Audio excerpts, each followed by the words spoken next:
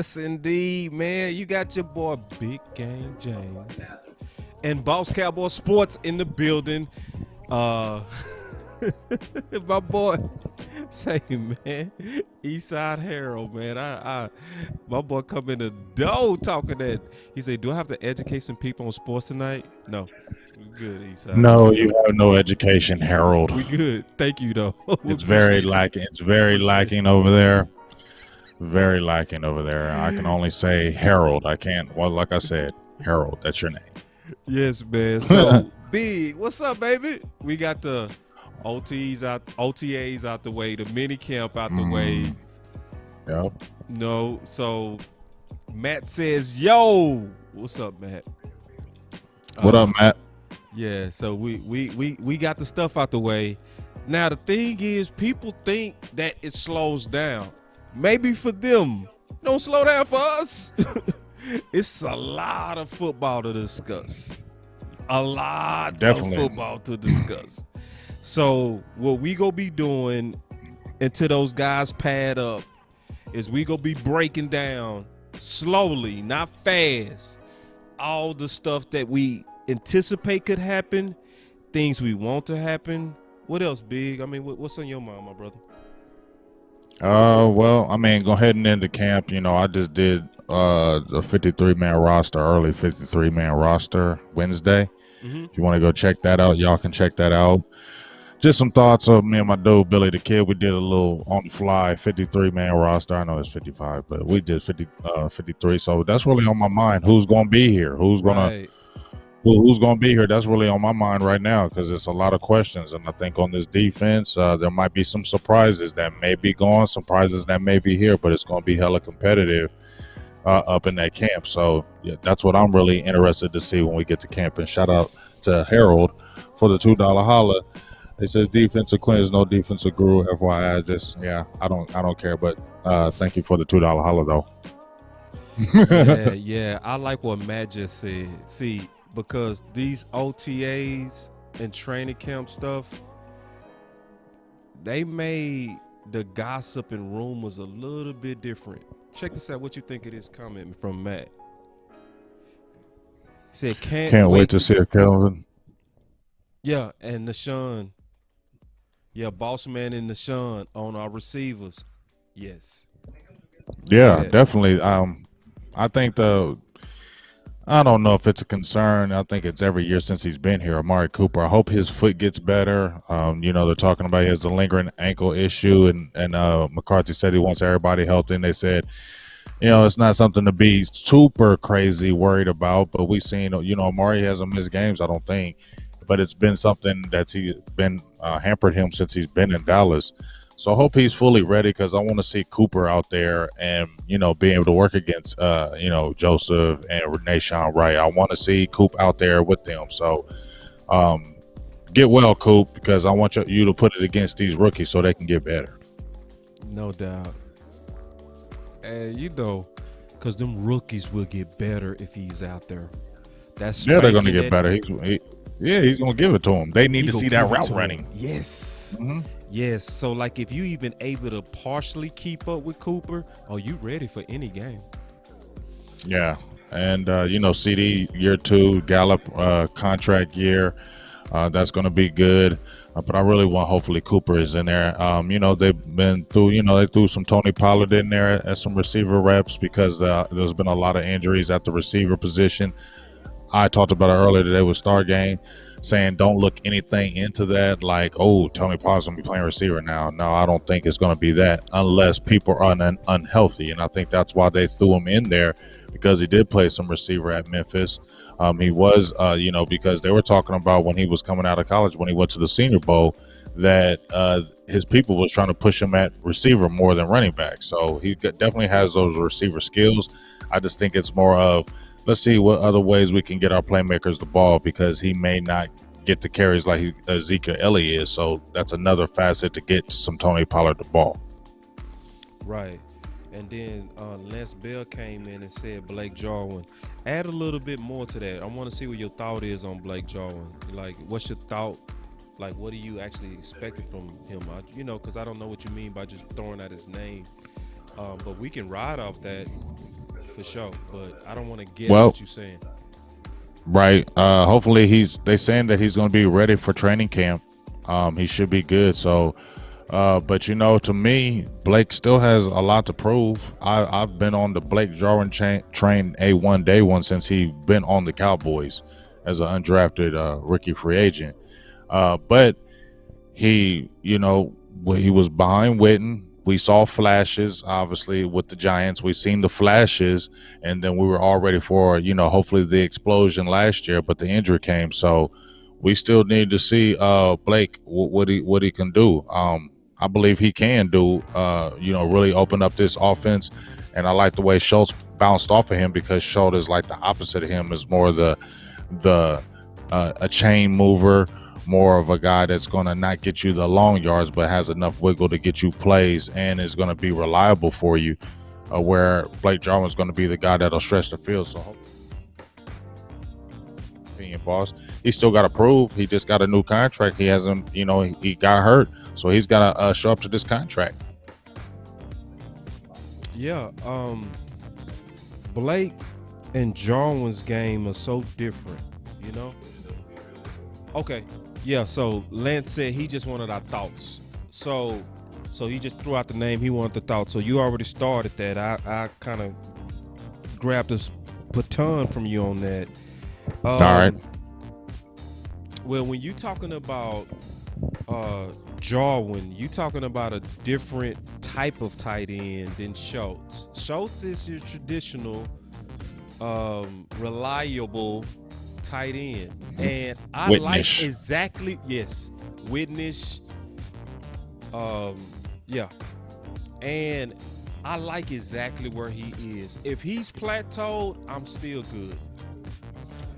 good because he was very reliable. He caught everything, and then what impressed me was his yards after contact.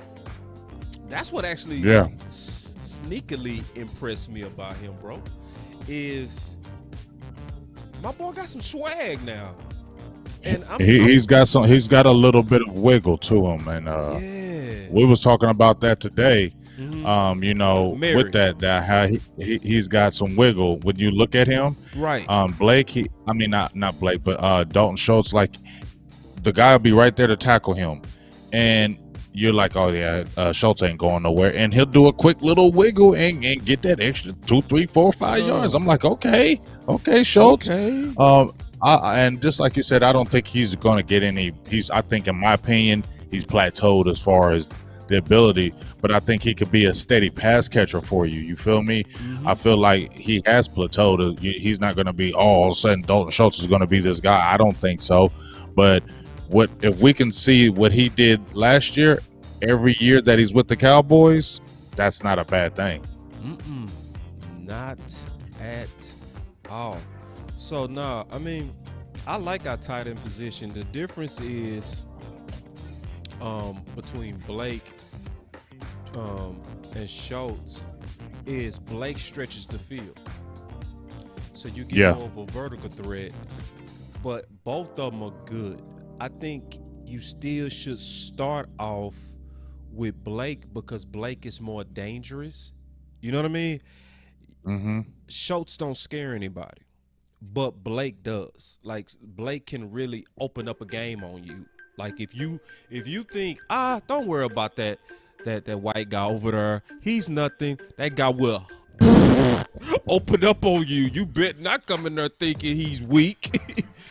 And I learned a very powerful lesson with both of those tight ends. Being all the way honest, I was down on both of them when they first came in. Super down. I couldn't stand Schultz at all for about 3 years. Schultz. Yeah, I agree with you on that Schultz thing. I ain't gonna say I hated on him like that, because this first year I was hopeful because you knew the tight ends that the Cowboys drafted. So when I saw him at Stanford, I'm like, okay, I can see why this is who the Cowboys draft. So I was trying to be hopeful for him. And then we didn't really get to see anything. And last year was when I was frustrated, or was when the year, I'm thinking it was maybe the year before that, he had like 3 catches. And it's like, okay, why'd you draft him? And then last year, it was almost like when Blake went down, it was like, oh Lord, he got Dalton Schultz. And then I think after he got hurt, Blake did. Schultz dropped a couple passes, and in that Seattle game, and I was like, see, man, this dude. But you know what? He buckled it up. He strapped it up. He got it tighter. And you know what? I was like, okay, Schultz, you know what? You ain't going to be nobody great. But daggone it, you did your thing. You showed some blocking. You showed some wiggle. You showed you could, get those critical first downs and move the chains. You showed you to be a steady person. Now, Blake Jarwin, boss, I had hopes for him when he came into camp because I got to see him. So I was like, yes, this dude can be good because he had that gazelle. He's not a 4'5", 4'6" tight end, but he's got that. He's just like he's a long strider. Like when he gets the ball, he gets up on you, and we've seen he can stretch the seams of that field. So I was always hopeful he could do something. So now it's his time. Like get healthy and get out there because we've been waiting to see. Come on, Blake Jarwin, for real. Because we've always been used to Jaden Williams last year, bro. I didn't mean to cut you off. Go ahead. I'm sorry. No, you go ahead. Man, I was expecting a big year from him last year, bro. I put Blake. Oh man, I put. Yeah, I thought he was gonna turn up close to 1,000. I thought he was gonna turn big. up because we saw the good flashes and the rapport that he had with Dak. Man. So it was like, man, let's get. But it hurt my soul when I saw him get hurt in that damn Rams game. Like it hurt my soul. Like when I saw him just laying there, because I was watching the play, and when I seen him make the cut, and I seen him just laying there, and nobody touched him. You already know, boss. That was my first thought was, damn, he out for the year. Yeah. Because when you got them non-contact injuries and they holding that ankle, that's Achilles. But I tell you, Blake, and see, Marvin, the ex-head coach, because, he come in here with that real X's and O's football talk. So, he gonna always humble you, man. You gonna be talking about the catching and the receiving, and he gonna come in and say, blocking, boss, blocking big. Right. He right, though. We was talking actually on the phone the other day, about 2 weeks ago, and he was telling me a lot of people sleep on the tight ends because if they can't block, then they squeeze down that hole so easy, and it makes it super hard to run on the strong side. Marvin talk good football, man. Yes, he does. I didn't mean to cut you off, boss. I just want to answer this question right quick if I could. It's actually on my channel. It's from Joe Taylor. It says, I want to know why Schultz can't be a top tight end in the NFL. This is his first year getting real snaps, and he had Dalton pass him the ball. That's a very good statement. That's a very good statement. But this is why I'm going to say he won't be a top tight end, in my opinion. Number one, because he's in Dallas. They're not going to allow that because Blake Jarwin. So I don't think he's going to be a top tight end because Blake Jarwin's there, number one. And I don't think he can unseat Blake Jarwin. That's why he can't be a top tight end.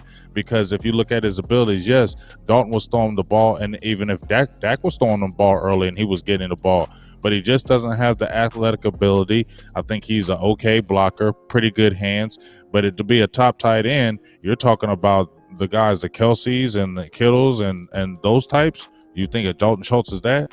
I don't see that at all. Not at all. But I don't want to say can or can't right now. I got to kind of punt. I never punt, but I'm going to say we'll see, right?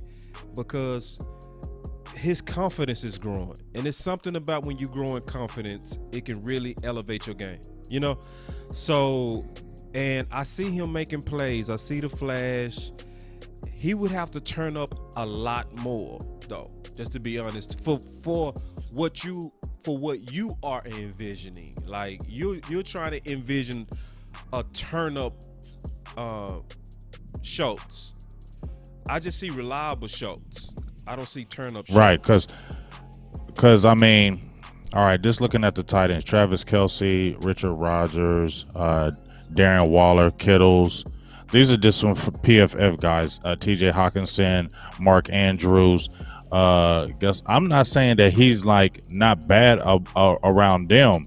Stat wise, you can get stats, but like I said, Blake Jarwin's there. I don't think he elevates over Blake Jarwin, in my opinion. I think they're gonna feature Blake Jarwin, and they're not gonna feature a Schultz. I think they're gonna think that's what they like. But let me not say he can't be a top tight end in the NFL because you can probably do anything. But just my opinion, I don't think Dalton Schultz is. No, I don't think I so, don't but think we'll see. if he Super goes to pumped. another team, I don't think Dalton Schultz will be a top tight end if he went anywhere else either. I Just my heard opinion. I heard came in here and he said he's from Des Bryant High School in Lufkin. Welcome, brother. Make sure you like and subscribe both channels, Boss Cowboy Sports as well as Civil and Blue Nation. Hey, even if you're not a Dallas Cowboy fan, I listen to my enemies. I do. so Yeah. so if you want a place to learn about the Cowboys, even if you don't like them, this is the place. Boss Cowboy Sports and Silver and Blue Nation. Trust me, we gonna keep it all the way funky. Trust me. I like what Daywalker just said. I want to get your thoughts on that. He said, I think we can still go 12 personnel to close out games and destroy people. Absolutely. Yeah, we definitely need to. Hell yeah. And that's what make okay. That's what, in my opinion, Big. I want to get your thoughts on this as well. That's what make 2020 a sneaky blessing, right? Very sneaky. Because yes, when Dak went down, the offense was stinky, right? We know that. The defense took a little while to start getting any kind of momentum. We know that. But if we look at the positives of what happened, where guys that usually didn't have confidence got a bunch of reps that developed confidence and depth and experience. Schultz is one of those guys, which makes the 12, to your point, Dave Walker, perfect on closing out. Zeke was called out all last year, right, for the fumbles, for people saying he missed a step. Everybody is saying, including his quarterback, just came out recently and talked about how he can see the agility, the speed, and all of that, which worked to our benefit. Even when Ty went down at practice, I wasn't concerned with the swing tackle. Why? Because Knight got so much reps last year, right? And still, right? And we drafted Bill. It's so much that's actually a real blessing from a bad year. Just being all the way honest, mostly the experience of these guys, man. So that makes your 12 vision even better, because Zeke is going to be better and Schultz is going to be better and have the confidence to close our game. If Jarwin would have been there, maybe Schultz would have just been thinking, I have to earn this confidence and develop this confidence. He got the confidence now. Yeah, that was good for Dalton Schultz, because now you finally found out what they had in him, because he had like under 10 receptions, maybe like in his career at that time. I don't know, don't quote me on that, but they didn't have a high amount of receptions in his career before that time. So like you said, it was a blessing in disguise for him, because Dallas was able to see. Now you feel a lot better when you're going into the season, because remember, they were talking about tight end, but with Dalton Schultz stepping up, that's why I feel like they weren't going nutty with the Kyle Pitts thing for real too, because they were seeing that we do have tight ends that can play ball, so we don't make it. It's not a need.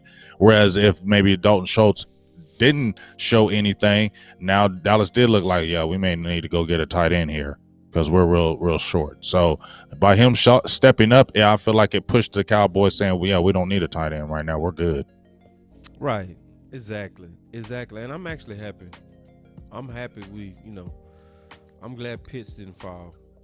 I'm glad he didn't fall either. I'm glad they didn't go that route. Oh, I'm so glad they didn't go that route. I'm glad they went.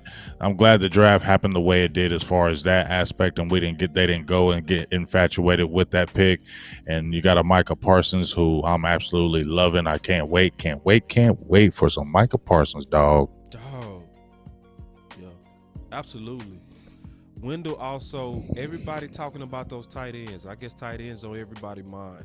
And we keep up with you. Well, go ahead. You got to. Let me ask you this. I'm my guy right here. I want to ask you this. Is Dreshaun Wimberly? He's talking about that fullback. He said the dude is fast, can pull trucks. I watched some videos. Dude can open holes. what's his Ralston? Do you think he was saying something about keeping him at fullback? Will he be kept because that was that dude that was pulling trucks and stuff, and the Cowboys got him on the roster? But nah, I don't think so because I think the Cowboys ain't really touching that fullback position. I think they're gonna go 3 at running back, in my opinion. Pollard, Zeke, and the one kid. What's his name? Rico. Rico Dowdell. Yep. Yeah. And Rico's, he showed something with that kickoff return last year. You know what I mean? I like guys that get in there and turn up when they get the opportunity. You know what I'm saying? And he's good on special teams. Yeah, he's good on special teams. Yeah, what's up, E-Kush? She came in and said it was good evening. What's up, man? So, what's good? A couple of things. I mean, and I tell you, as you can see, y'all leading the show right now. I mean, we letting y'all kind of fire it out there. But we got some stuff we also want to talk about as well. But if y'all firing out good stuff like y'all continue to fire out, we're going to, continue to freestyle and kind of answer questions and talk about different training camp opportunities. Go ahead, Big. I can tell you got something. What you got? Oh, this is my guy, and I just wanted to talk about this player right quick. 43 flex. Talking about Randy Gregory, dog.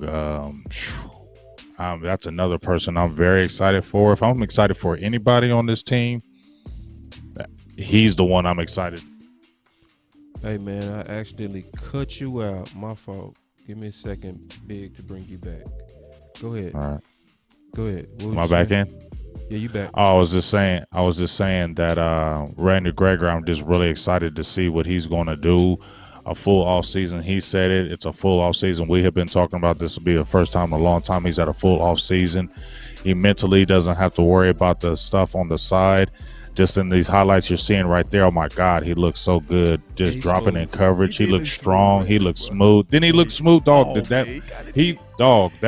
back there like that boy been working, boy. He looked like he been doing that, didn't it? Didn't it look like that's what he do? That looked like that's what he do. That right there. That looked like Nebraska, that's what he do. Gregory, but bigger. Dog, that you feel me? And he's bigger, he's stronger, and just show it again. Look at that. Drop, turn. Look at them hips. Run back. Yes, yeah, dog. That look a natural roll. Randy Gregory is going to turn the hell up. I said, remember we did. I put on my Twitter over and under 10 sacks. I'm going to over. Let's get it. That's a guy. Because he always had the ability. We ain't never doubted the ability. And now the pass rush moves are going with it. He's bigger and he can set that edge. Randy Gregory is going to have a very good year. And let's go ahead and Dallas sign him up. Re-sign him now. Go ahead and sign him to a contract. Get him on a contract now. And see, Randy Gregory. Yeah, buy the stock. Buy the stock. Buy all that. Buy all that goodness. It's a contract year. Remember, he was turning up when thrown in there without really working with the team. So he only really had a regimen now. Mm-hmm. Before then, it was all about his self-discipline that was able to get him to be even decent. Now, and he talked about stuff in his press conference that was epic. Like the fact that he's already at the weight he wants to be. And because he's working with the guys, he's not on his own to where he can get into the demons can talk to him. Yes. And he lose the discipline to keep on the weight. Because you know this, Big. I mean, Big still in shape, bro. I'm amazed at my boy Big genetics, bro.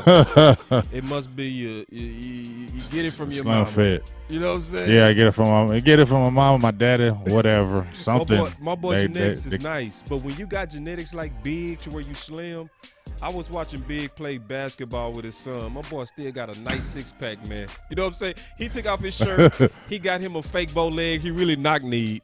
But don't hate on them bow legs, dog. Don't hate on them bow legs. Don't hate on them. Don't you hate on them bow legs, dog? Don't you hate on them bow legs? Pigeon-toe bow legs. Don't you hate on them? Hey, them is the best athletes, though, dog. You know that. When you see a bow-legged pigeon toe, dog, they 4-3 they bounce fast and bouncy. Facts. Now, but when you have genetics like that, it's hard to put on weight, bruh.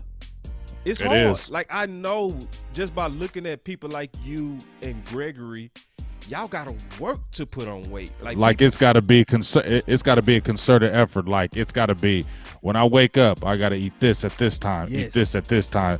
That's what it has to be with me, because I have those, like you said, and I ain't bragging, it's just I have those athletic genes where I'm always going to be able to be in the mood. Because my sons, they're the same way. Especially my youngest. If you see him built just like me, he's just a taller version of it. Right. And he's just athletic, like you could tell. And I'm like, you know what? Later on, you're still going to be like that even when you get older, because that's, if you look at my family, you see my little cousin turning up over there. He just visited Texas. Yeah, he just visited Texas. He just visited Texas yesterday. Yeah, dog. So we got some athletes up in there. Rooting for him, bro. Big corner like that. Dog. Man, coach him up, man. Get him right. Well, hey, he's gonna. I'm interviewing him next week too, just so y'all know. Selfish plug. Oh yeah, absolutely, man. Whenever you can plug him and help him get looks, do it. And actually, it works. I actually did that for a quarterback. And sometimes they just stand out so much. A high school quarterback, I posted him on Boss Cowboy Sports page. He ended up on local news. Mm-hmm. They did the exact same bit I did. My boy BJ say, "Sup, everybody." Yeah, what's up, BJ? Me and BJ having us a nice old debate tomorrow. Y'all love the debate. Oh, hell yeah. And it be real. It's not fake. Everything look, BJ. Standing on, huh? 10 toes standing on. Like, we was talking the other day and I wrote it down. Like, he was like, I don't agree with you on this Kool-Aid, on Quinn. I'm going to debate you again on Pitts. And then he said, I don't agree with Joe Cox. I said, we're not going to talk about it now. We're going to talk about it live. Straight up. Okay. And we're doing it tomorrow. Like, yeah, I feel you. Well, yeah, you drank the big picture of Kool-Aid for Dan Quinn. You dropped a video. His video even said it. I had the Kool-Aid drinker on today too, so it's a lot of Kool-Aid drinkers out there right now. You know what I'm saying? Yeah. But I ain't gonna drink some of that Kool-Aid until I get to camp. I'm sipping on it. You know, I made a big old glass, but I'm just sipping right now. But when I get to camp and actually see some fire and actually get up close and actually look at it with my eyes, then I'll tell you if I'm drinking some Kool-Aid. Hey, no, I feel you. I mean, the Kool-Aid that I drunk was Scheme, you know. And that's legit. And that was a great video, by the way. I just want to tell you that. Bro. Shouts out, man. That video, I knew it was my best, bro. When I did the show. Now, the numbers didn't say that, but I knew it ain't about the numbers, though. Yeah. The football people. Come on, dog. The football people was the ones. The football people were like, yo, this is what you really want to see. You feel me? Yeah. Oh, I cut you off, Big. My bad. Let me just do this real quick. Bluff co-signed it. I'll get you back in here, man. Skywalker co-signed it publicly. You know, Cowboys fan talk. Jay Tuck. Then I heard you do it with Mary today. I didn't mean to cut you out, bro. There's something going on with that audio, man. Are we good? Yeah, you back. It's certain. All right. What up, Yuma Cactus? So sorry. No, he's good. But it's one thing, you know, shout out to Matt Owens, Professor O, because he really did, like, point me in that direction. Like, you know, he sent me some DMs about the scheme, and I was like, you know, and I researched it, and then I started seeing how Dan Quinn was perfectly matching his players to the design of that defense. So, and I think it just answered a lot of questions that a lot of people had, and it registered to the football people. So I would definitely tell people, this is not about just pushing numbers, but this is also about just having good content. This is the show. It's still on my page. It's Dan Quinn building the super pass rush defense. That's the name of it, and that's where I go through it heavily. So y'all make sure y'all go check that out if you haven't already, and then share it, please. Yeah.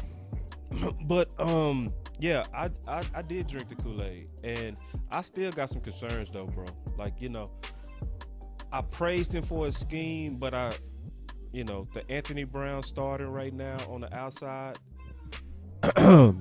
Anthony Brown start. Thank you. Brian said turn my mic up. I'll just speak in it better. There, yeah, you sound good now. Yeah, but Anthony Brown starting on the outside, that bothered me, right? That's not common sense to me. That's not common sense to me at all, right? Because all of us know Brown was at his best at the nickel. And like you said, I think it was you that said it, man, quit playing. Put Jordan Lewis on the outside. Stop playing. Like Jordan Lewis needs to be on the outside, man. He's an outside corner. I don't know why they keep trying to put him in the slot. He gets worked in the slot, dog. Put him on the outside. That's what he is. Go back to the 2016 tape his rookie year. Where was he more effective? Right, BJ. I ain't backpedaling nothing. Nothing What at all. He talking about the Kool-Aid. He ready, man. BJ ready to fight. Hey, we gonna fight, bro. We gonna fight. But hey, I'm like you though. When I debate, I'm a realist. You know what I'm saying? I'm not gonna come into with that drunk stuff, man. Yeah. Nah. And see, BJ coming in with the same thought. See, when all the football heads saying the same thing, that's where I got to take a mark off. But you know what? But you know, in my opinion too, when I listen to Dan Quinn in his interviews and when he's talking, I see Dan Quinn just like when you're talking about how the scheme and how it's going to match with the players. But I also think, in my opinion too, boss, that he's really looking at each individual player, really taking them to the side, each individual player taking them to the side and say, what do you do good? What is your one thing that you really do good? And once we find that thing that you do really good, we're going to put it on the field and make it go. Whether it's just strictly pass rushing, whether it's setting the edge on, run downs, we're going to figure out what you do good, and then we're going to try to bring it out of you. And I think he's going to each individual type defensive player on the team and showing that. And I think that's what, to me, that's the exciting part to me, is that, you know, he's going to really tap into each person on the team and say, okay, you do this good, let's get you in there. Because let's not relegate it to just the players that they have and say, well, he's just doing this. No, find everybody. Like when I heard Terrell Basham, when I keep going back to this interview, I'm sorry. No, you good. But, you know, he told him in the interview, he was like, you know, one of the things I really like about Dan Quinn, he taught me things I didn't know about myself. I thought I was coming out of my stance good. He showed me through tape and video when we worked out and we talked. He was showing me how my get off is not good. He says my stance needs to be better when I'm coming off the edge. And he said, I never knew that. And he said those little things like that. He's a real teacher. And I think that's what the Cowboys really needed. They needed somebody really hands-on. Cowboys need those type of coaches, those hands-on coaches, those in-your-face type coaches, the ones that don't let you slack because the privilege starts happening. So that's why I'm excited about Dan Quinn. That's the main thing why I'm excited about Dan Quinn, because I feel like if you can, boss, if you really unite as a team, sometimes you play better than maybe you are too. Right. Because you're united, you're one mind. Yes. And what's one of the biggest problems, boss, that Dallas has been having? Miscommunication on defense. Right. People not knowing where they're going. Where they were having the problems last year, misdirection plays. They didn't know this, they didn't know that. We've been seeing too many blown calls in the secondary, miscommunication calls on the back end, on the line. If you can get that together and they can be on one mind, on one chord, then that's when I feel real good about the defense, dog. Yeah, man. Like, you know, BJ, I love it when certain people come in the building because they bring that sauce, bro. He said Quinn is choosing to put the players in a position to win. Gotta love that. Haven't really had that here in a long time. That's why I drunk the Kool-Aid, bro. Because honestly, that's why. Because I haven't seen it in a long time. You know, we saw stuff like Thompson over Ha-Ha. You know what I mean? We saw stuff like Tank dropping in the coverage. And, you know, we seen stuff like Everson Griffin dropping in coverage. Right. What else did we see that was crazy? Done. Yeah, we saw Everson Griffin playing in an interior. We saw some things we hadn't seen in a long time. We were like, really? It's crazy. And like then they when put you really the most fragile linebacker at the mic. Like stuff like that. Like, yeah, and it just felt like everything was it just feels totally different this year, doesn't it? To you, it just feels totally it's the different. And the seeing it. You know what I'm saying? Like, I mean, yeah, you're seeing it, but I know COVID has something to do with it. But you know what? Also, listen to Mike McCarthy too, boss, when he said we are heads and shoulder better with our virtual meeting, our virtual. He said they dropped the ball virtually last year. And that, I think that had a big reason why it was bad too. He admitted in his interview, he said we dropped the ball virtually, like we messed up. And think about it. If he's saying they dropped the ball virtually, right? How was the majority of they getting their schemes of having to study virtually or having their meetings virtually or a training camp? It was a lot of virtual. And he said they dropped the ball. So that just threw a whole sheen ding and made it a downhill thing in the very beginning. And now he's saying we are 10 times better than we were last year. We're super prepared. He said he was proud of the staff for being on top of being on the virtual part of the meetings. He's saying it's 10 times better. And that's helping because that's communication, because we were hearing things like people weren't studying, people weren't doing this and that. And now we're not getting that. And that's good for the team as well. Those little things, like, to me, boss, I know we talk about on the field, but those little things start the process for the on-field greatness when you're doing those little things off the field like that. Right on, bro. And see, you lead me down something. Let me answer a question that Sadiq was asked. She asked, what is nickel? Nickel is the third cornerback.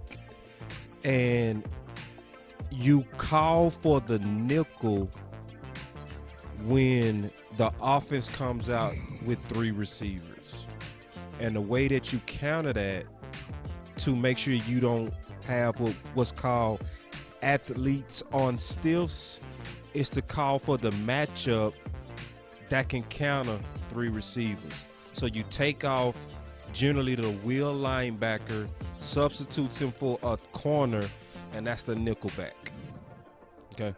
So we'll do diagrams on that and stuff like that. We go break all that kind of stuff down because we go do a show on packages, because a lot of people don't understand packages. But after you see that show we're going to do on packages, you go fully understand all the packages. And you're going to know it when you see it on the field. Like following Big Game James, following Boss Cowboy Sports, I'm telling you, you go really enjoy the season because you go see it different. You go see it. And we gonna come back to what we was talking about because I love what we was talking about it. But it's at some point you want to kind of start seeing the game a little bit like chess, right? Mm-hmm. You want to, because when you start seeing the game like chess, then you know you can really put the proper blame on the proper person. You know what I mean? Mm-hmm. Because when you, like BJ talked about Armstrong dropping in the coverage, like, because he looking at it like chess, it's like that. No, right? Like you don't use that chess piece like that, right? And so the more you follow these type shows, we gonna answer those questions, and then you'll be able to see the game a little bit better, and then answer a lot of questions. But yeah, man, the spirit is different. Now I'm finna throw you a curveball, James. I hope you're ready, bro. I'm serious. I'm finna throw you real nice ass curveball. You know what I've been thinking this offseason, bro? Don't laugh. You know I say stuff that sometimes take a little while to digest, so I'm giving you a disclaimer. Don't laugh when I say this. All right. All right, cool. I just want to make sure. Now listen, bro. You know how everybody say Jerry and Steven 2 hands on? Mm-hmm. These last 2 or 3 years showed me they actually very hands off, almost 2 hands off. And I mean that, like, because it's no coincidence we keep hearing about energy. The energy is different. It's the everybody's around here together more. That's really a low-key shot at Mike Nolan. And Jerry ain't no low-key shot. That ain't no low-key. That's a big shot. That ain't no low-key shot. Everybody done saying it. Yeah, that's hockey. Yeah, that's not low-key. And so it's one of those things, like, check this out. All right, listen to this. Yeah, I do got it. Watch this. Watch this, Big. Watch this. Was it encouraging to you to have some of the success that you had last season, despite not having the sprain, despite missing the first several games, to show that you can produce at a high level despite having missed all that? Well, I've always been confident in myself. I've always felt like I could, compete at a high level.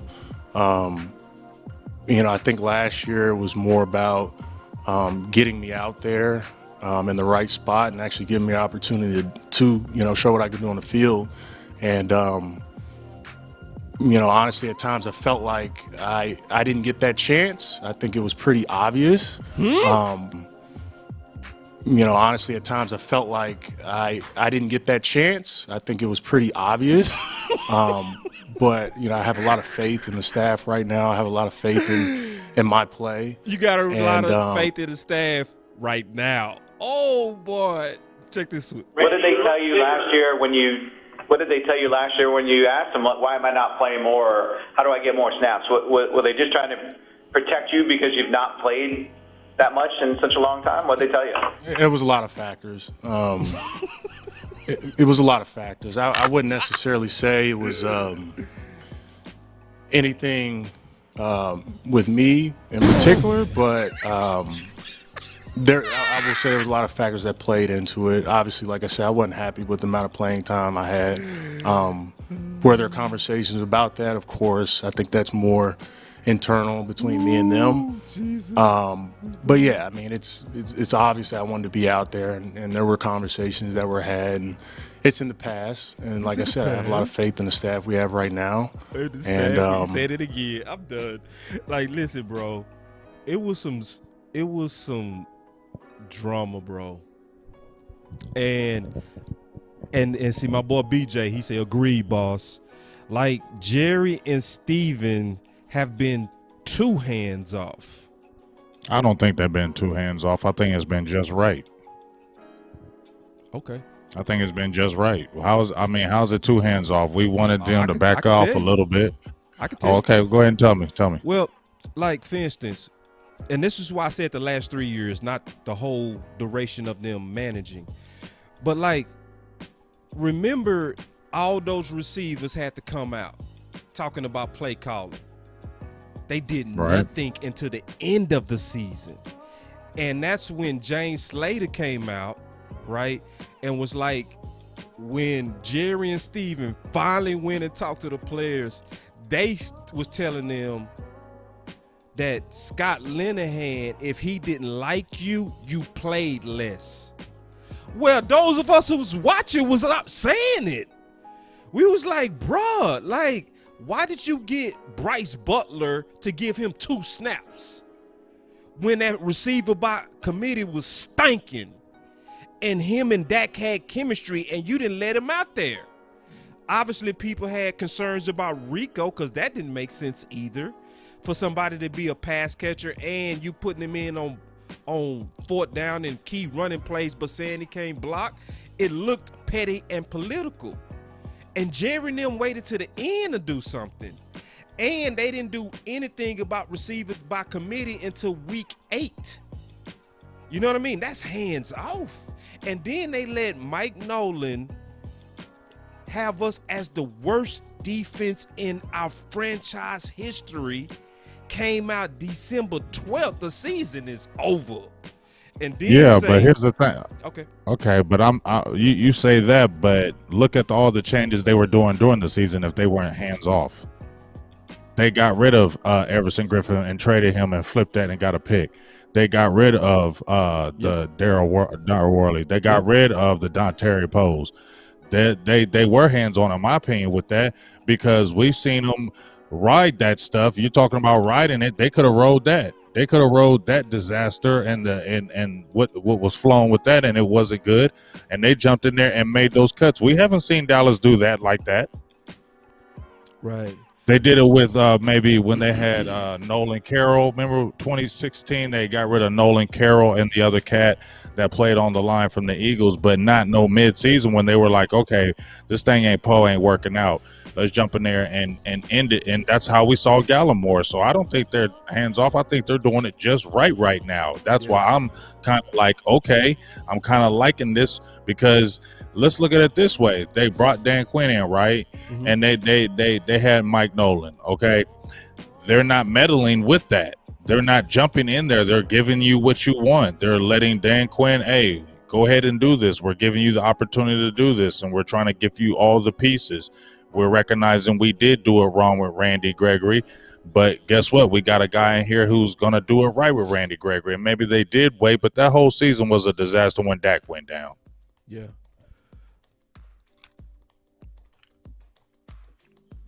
You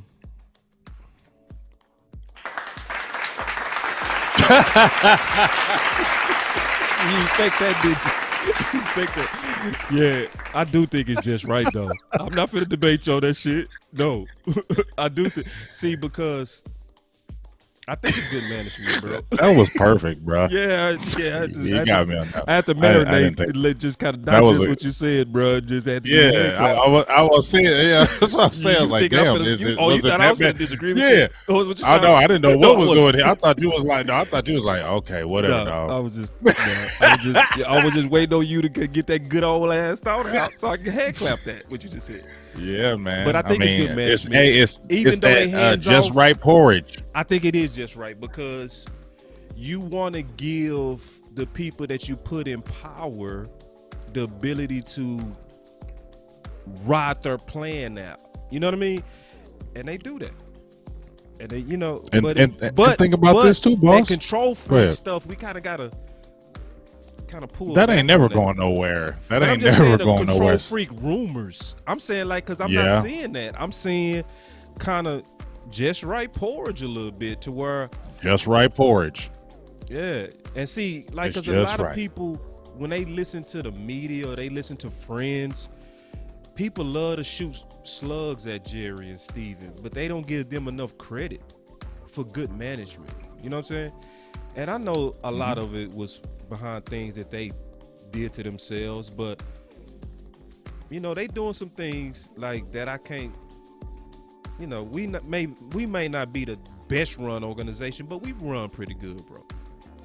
We are. I can't, like I said, it's with me, boss, and I know it is with you. Yeah. We can look at something and say, we've been getting on Stephen Jones, right? I call him Baby Nuts Jones, so I've been getting on him. But if he does a good move, that's the difference. See, if you just being a super pessimist, you just hating all the time.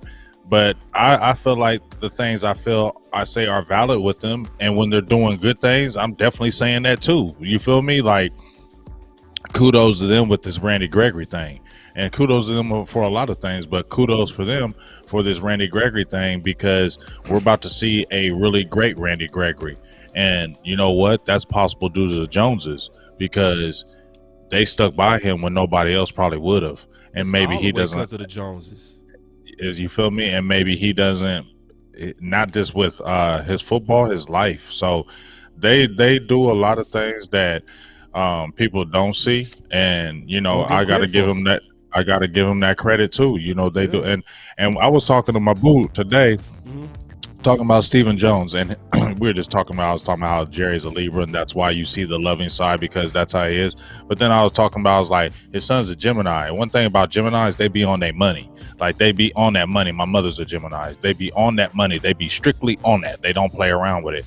And then when I see Stephen how he is with that cap, I get frustrated with him by not maybe going out and getting those one or two pieces, but I also don't be mad because Dallas don't be in no financial trouble no more. That's a thing you don't remember how the Cowboys we always used to worry about that as fans, cap stuff. We used to always, damn, what's up with this cap? Now you don't really have to think about it because he be managing that joker the right way. And I'm gonna keep it real. One free agent signing, I think it was in the chat, boss, that I think is slept on, is that damn Brent Urban signing. Well, man, I say this, Brent, in my opinion, is the key to the whole deal. If Brent turns up, we gonna be good. Do a if whole Brent turns show up on how everything is dependent on his play and quit. I think he's gonna do it, boss. I think so he's too. the player. I think too. he's the player that, because when I listened to his interview, one of the things I was talking about earlier today was we need those role players, and they really love their role. They don't worry about getting the high society or worry about anything. Say that. Preach that. You know what I'm saying? They don't worry about that. They just want to get down and dirty. And when I listen to Bohanna, he's like, I like double teams. Give it to me so I can keep my guys free. when I listened to Brent Urban, Brent was like, listen, I take pride. I take pride in my run defense. I take pride in that. I take pride in being able to take a double team and be able to help my teammates out. I love doing that. And he said the conversations he had with Dan Quinn were very good and what they were trying to do. And just like you said, boss, I agree with you 100%. Brent Urban is the key because it's been a long time. We had a 6'6", 300 guy, and he plays to that. You get what I'm saying? Yes. It's been a long time. So we've been having the shorter guys besides David Irvin, you know what I mean, in that middle.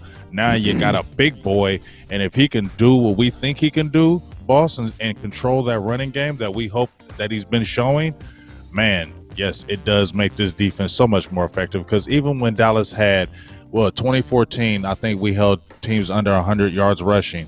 I think 2016 they did it as well, but it wasn't because the defense was just so great. It's because the offense was so good. Let's finally get that chunky thing in the middle to stop that stuff and have a really for real run defense. I think Brent helps that. Right. See, my boy BJ still going hard on. He always going hard. Yeah, I love it. I mean, I love good content from guys who bring good stuff in that chat. They said you low again, boss.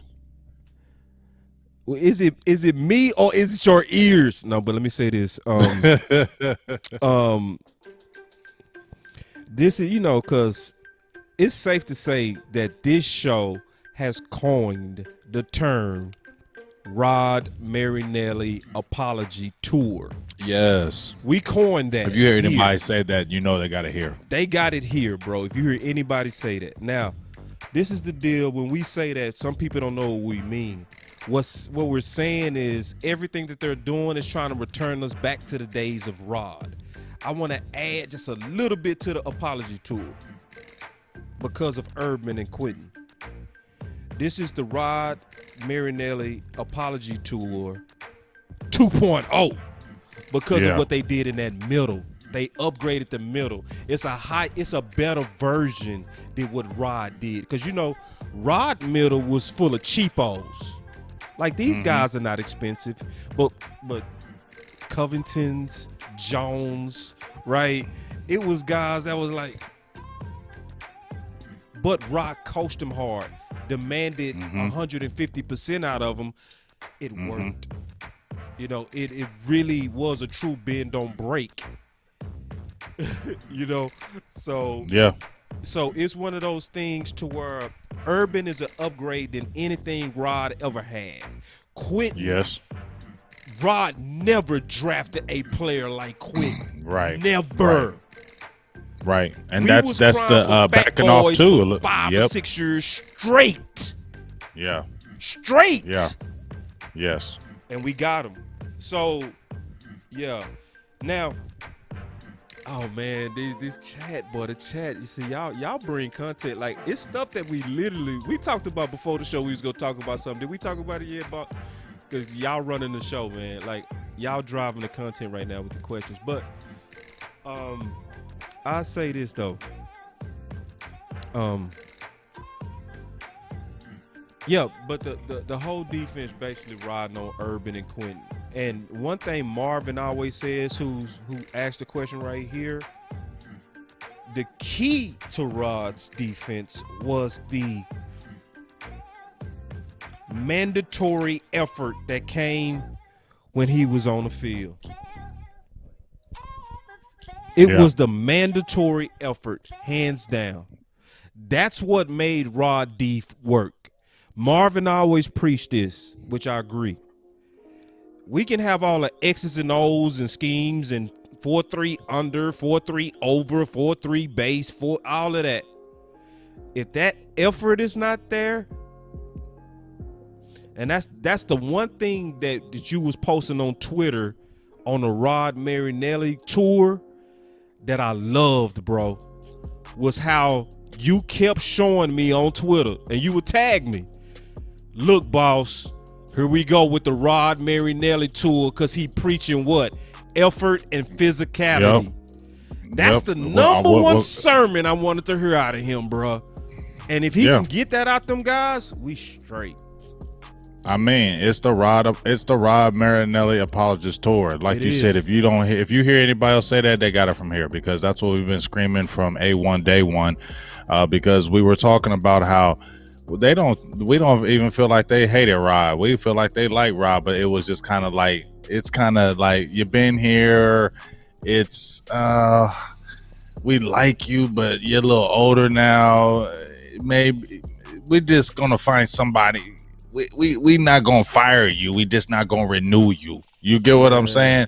And now we finding somebody. Listen, when we had Rod, listen to everything they loved about Rod. It's right with Dan Quinn. Fighting after the ball, having fun. We're free. We don't have to think about what we're doing. We're just playing free. We're just allowed to be able to play to our skill set. That's what Rod was letting them do. Exactly. Rob was letting him do that, but it was a little maybe more basic, because here's the thing. Rob was strictly on that Tampa 2, right? Well, when you're running that Tampa 2, it's contingent on that front. It's contingent on that front. And if you don't have that front, that Tampa 2 is not going to work the way you want it to work. The reason why that Tampa 2 was so damn good, because he had those dogs up front in Chicago and Tampa Bay. That's what made it so good. You can't run that Tampa 2 with Nick Hayden's. You can't run that Tampa 2 with who else did they have in the middle? I can't remember. Or some George Selvies. And though you can't run Tampa 2 and think your Tampa 2 gonna be a dope defense when you got them regular players like that. So that's why it failed, and it was like, okay, the scheme ain't bad, but you not going after players to help your scheme. So let's go ahead and get somebody else that's gonna be able to do that. And I think maybe the Dan Quinn does it, is gonna do it. Perfect. I had to give you 2 bucks. I had to give you 2 bucks on that one, bro. Perfect. Hey, that sounds like a freaking video game. Perfect. It was. Yeah, that's not all you get. I got you. That's what I thought. Yeah, I got you, bro. I got you. That's what I thought when as soon as you said perfect. I said, is that whatchamacallit? Street Fighter. Yeah, perfect. But see, I gotta hear something perfect. That's why you ain't never heard the button, because I ain't never heard that perfect. So as soon as I heard something that was perfect. Exactly. Now, I see what you doing, Marvin. Let's talk. Marvin finna start a fight between me and my homeboy. See, me and James, we've been smiling, we've been cool, we had no arguments. He drinking, he sitting there sipping. Oh man, see, Marvin, I see what you doing. Look at Marvin. He said, What'd he say? Question: what is the size, weight, and speed of Curse and Cox? I know where you going. Yeah, I already know, because I already had somebody jump on my show the other day, and they were like, we were talking about Donovan Wilson at strong safety, and he said, no, Curse. I said, you was in Boss's feed, weren't you? Right. Well, he was like, yep. He running with the ones, and it's Curse. He's running with the ones because Donovan Wilson's hurt. Yeah, and this is not necessarily saying Curse should be start over Donovan. He's not going to start. He's not going to, and I think they need to compete. He's not going to. He's not going to, because he's not going to. I want to see Donovan Wilson win that. Let's have some competition with it, as far as see where you can fit Curse. But no, Donovan Wilson, if that's what y'all want him to be, then let's let him be that, because from what I'm hearing is they want KZ and Donovan. Donovan just need to get healthy. The thing I worry about with him, Boston, I think we've talked about it time and time again, him playing strong safety, is his body type isn't really built for that strong safety. Even though he's a little bit taller, he doesn't have that strong safety type frame. And the injury thing is what looms with me with him.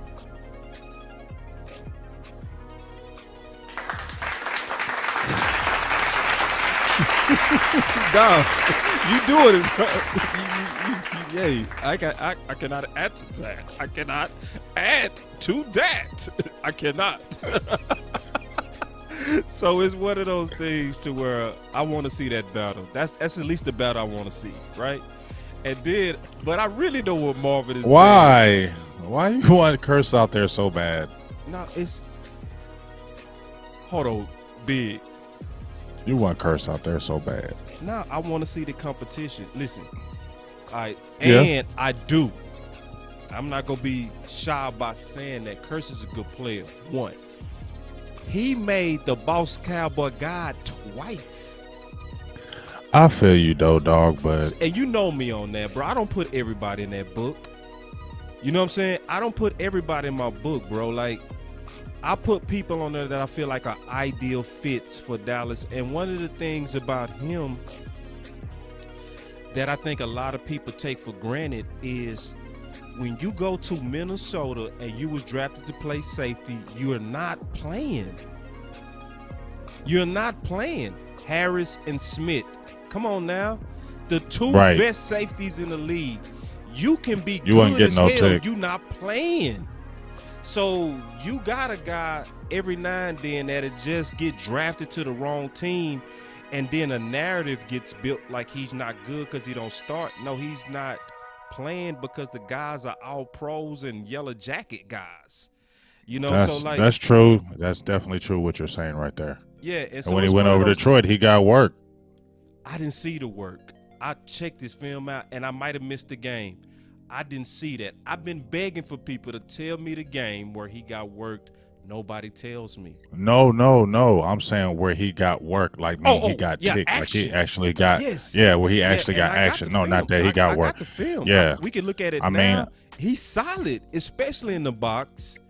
Yeah, he's now in the boxer. He's very solid, but I don't like him in coverage at all. Yeah, his coverage.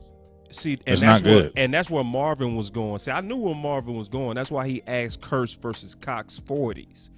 You know what I'm saying? It's because the problem right now. The problem right now, big, and I'm not gonna get too big into this because I know this will get me and you fighting. But sometimes you gotta fight the homies. Have you heard anything about Cox? Nothing. No, but is that I mean, we haven't heard a lot of a few things from a lot of players. Yeah, we didn't Let's hear keep it anything. real. I haven't heard nothing from no Bradley and I ain't heard nothing about no Carlos Watkins. Yeah, I ain't think- heard nothing of. I know they talked about it now. I got the clip. They did talk about it now. Yes, they did. I think I one. can play I it think now. one. I heard the one clip where they saying he was looking explosive coming off the line. I think it's that what they said, but we haven't heard a lot of it. No, but we haven't heard anything on Cox. And see, this is the thing. You ain't heard nothing on Curse. Yeah, You what? just heard that he was. I got You 4 just heard clips that. on Curse. I can play it right You just now. heard you just heard that he was running with the ones. More, yeah, But I wasn't hearing. I ain't heard nothing about no Curse doing anything on the field in these OTAs. Oh, you, yeah, you like play making that plays? clip for me. Yeah, I play me mean- that clip because I ain't heard none of that. I mean, I heard he got a pick and took it to the house. Yeah, yeah, he took a pick to the okay. crib. Yeah, Curse. But my point on Cox But is this. Yeah, I got you. Now let me just tell you my point. Yeah, tell me the point. I want to hear it. Hey, don't start with me today, man. Don't start with me today, bro. I want to Don't hear you this start. point. No, because Yes. I am feeling you. But with listen, this. I've been afraid that Cox was gonna get buried in that deep linebacker room. You see what I'm saying? And we talked about that when we had that 5-man panel. You know what I'm saying? Yes. So Yes. I would hate for somebody as talented as Cox to be the gunner, to be on special teams only. Yeah, see, BJ said the same. To Curse had a pick 6. I'm telling you, man. If you saw a pick 6 from the strong safety, Against Ben DiNucci. oh, you ain't gonna do that today. No, see, I done gave you all kind of hand claps and everything, bro. I can't. Yeah, let show you- me you got to pick against Dak Prescott, not Ben DiNucci. And that's fine. That's fine. That is fine. I'll take that one.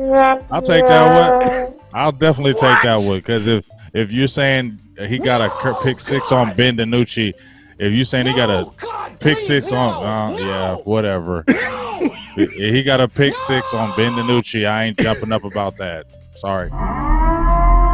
Man, man. You getting drunk up in here, bro. Don't do it. I'm saying. I knew mean, we was you gonna know, fight up in this mug, man. yeah. Pick 6 on You Ben don't DiNucci. care. Okay. You don't care that he a pick 6 is a pick 6, man. See, listen. No, it ain't. No, it's not. No, it's not. And you know it. Pick 6s aren't all the same. No, If you're you playing right. against No, a quarterback I'ma who's be not fair that with you on good, that. no, it's not. You so right. you know that. I'm True. not getting excited I'm about not gonna that. force Just that. like with Nashawn you Wright. You see me pull They're back. saying he's making plays. They're saying he's making plays, and I like hearing about that. But you're making plays on Ben DiNucci and them, and I ain't hating on them guys. Yeah. But tell me you're making them catches. I mean, them plays on Dak Prescott. Then I feel good. Right. Well, I say this. The point that we started before we got into that little mini debate was crickets on Cox. You know what I'm saying? And it's one of those things I want everybody to hear my heart. Cox is too damn good of a player to not be open, to be creative, to find ways to get him on the field. That's all I'm saying. You know what I mean? And I know right now, Cox is a better cover person. My boy Game shaking his head. Cox is a better cover person than Curse right now. Right now. I agree. Yeah, You know I what I'm agree saying? with that. I totally agree with that. So if he running it with the ones and he's an inferior cover guy, we can't get creative. It's not gonna happen though. Listen, do you know how I know it's not gonna happen? That's the thing. I feel what you. I feel what you're saying, dog. But it ain't gonna happen. So that's why I don't. It's not gonna happen. Sit there and try you know to. The biggest thing I know it's not gonna happen. His number. Why? No safeties worth 48. No. Well, not just that. I mean, not just that. I just feel like they so enamored with this. Yeah. DeMonte Casey, Izzy, Donovan Wilson. You know, feel me? Like they so enamored. I'm saying they're enamored with him playing linebacker and be able to cover. They're like so enamored with it. So it's like they just want to stay with that. I would love to see the creativity in certain spots, but I also look at reality, boss. And that's why when you're like, oh, that could happen. Yeah, that would be nice to be able to look at it, but they ain't doing it. So that's why I don't talk about it. When I actually feel like they actually do it, then let's talk about it. We gotta talk. You can talk about it. You can talk about it all you want, but I don't feel like it's gonna happen. At least not no time soon. It ain't happening. Well, and you're right. He may play a lot of special teams this year because you know what? We're talking about Keanu Neal, right? Remember how we talked about last week how they were quiet on LVE and Jalen pretty much, and they were talking about backup Micah and you know, remember with Todd Archer we were talking about this past week where Todd Archer said that Neal and Parsons were running with the ones and they weren't getting a lot of tick on that 7-7s or those drills, and we're like, oh, let's keep an eye on that. He's like, nah, don't keep an eye on it. Don't keep an eye on it because there ain't nothing to be talked about. But we like, yeah, it's something to be talked about. So I get what you're saying with that aspect of it. It's something to be talked about, but would it really happen? I don't think so. At least this year, it's not. Yeah, it's the Cowboys lost in, bro. Like, I mean, I'm a beat the drum because I just want somebody maybe like Will McClay, somebody that got some power to maybe be bored one day on YouTube, sitting at home scratching their balls. You know what I'm saying? And then sit here, Big Game James, and be like, and you ain't even got to give us the credit because we know you won't give a damn about the and credit. you ain't Don't gonna care. give us the Will, credit. if you but watch it, take the idea. Hey, don't give us no credit. Take the idea. Don't give us none. Because Just if do you it. the biggest thing that you would say something about Cox playing strong safety, or playing the safety position as a whole, was because of you look at his body type. He has a body type that can flex as a safety. You get what I'm saying? His body type, he's a linear linebacker. He's a real linear linebacker. He's a long linear one. And he said he's played that. He's played safety. He talks about, I can play on the back end. You can see it. He jumped out in coverage numerous times. So we'll just kind of see how this training camp goes. This is going to be a very important training camp, boss, for a lot of people. So this training camp is going to be real big, and preseason games are going to be really big. They're going to be big, bro. Oh, you said preseason games are going to be huge. Next talk, bro. Man, if you listen, y'all need to start sharing because this next talk we're getting ready to talk about, it's going to be a good one, bro. Because I'm going to go, you geared it up. You perfectly laid it up. But before we go into that next topic, I want to address what Wendell said. He said there ain't nothing wrong with Cox playing special teams this season. Some players need a year or two to be a good NFL player. It's nothing wrong with it unless the people that's in front of him are not as good. That's when it's a problem. You see what I'm saying? So let's say, to Big Game James' point, that we got to start Kurtz or something happened to Donovan Wilson, but Cox could have been just as good or better. That's when I have a problem with it. But if those guys out there doing their thing, nothing wrong with letting the guy that's a younger guy get experience on special teams, letting him get his beak wet. You know, that's the natural cycle of most players. But I just think he's exceptional. You're right. And when you see somebody that covers as good as he does, it just makes me tempted to get creative. That's all. And not just that. Go ahead. Just before you jump into that, just bouncing off that. Right. You know, he was a 4th round pick too, so there ain't the urgency like to push him to. Right. They probably could look at that. There's not that urgency because he's a 4th round pick and they got him as a steal, so they could look at, we can season him. Right. Now, this is a talk I can't wait to have. I'm going to have this talk with you. I'm going to have this same talk also with the OC. I want you to listen to this. Let's talk about this real quick because this is very interesting to me. Check this out, Big. Dan, yesterday Mike McCarthy was talking about Ben McAdoo helping not only Kellen but you as well. How do you see that going down with Ben being around as a consultant this year? Well, if I can have just some of the impact that Mike's had on me so far, it would be super valuable for me. So having, a guy like Mike who can talk about what the offense is thinking on a certain play or a certain concept, it allows me to look at something from a different perspective. And I've really appreciated that from him, whether it's in meetings or after practice, hey, have you thought about this? And the quarterback's looking this way. We do some drills at practice that I haven't done before. That's totally, designed by him. And that's been a big deal for me defensively to learn some new things, how QB's looking at a different situation. So not just the players are learning, I have too. And so the fact that Ben's been a part of that system with Mike, can look at it from the offensive side, that's what I hope to get. Basically, I want them to look at us and how they would try to attack. I don't want them involved on the self-scout defensively. I want to say, how would you go after us based on what you've seen? And so that's what I've met with Ben about. And but Mike kind of gives me that on a regular basis. But I'm looking forward to doing that with Ben as we get during the season.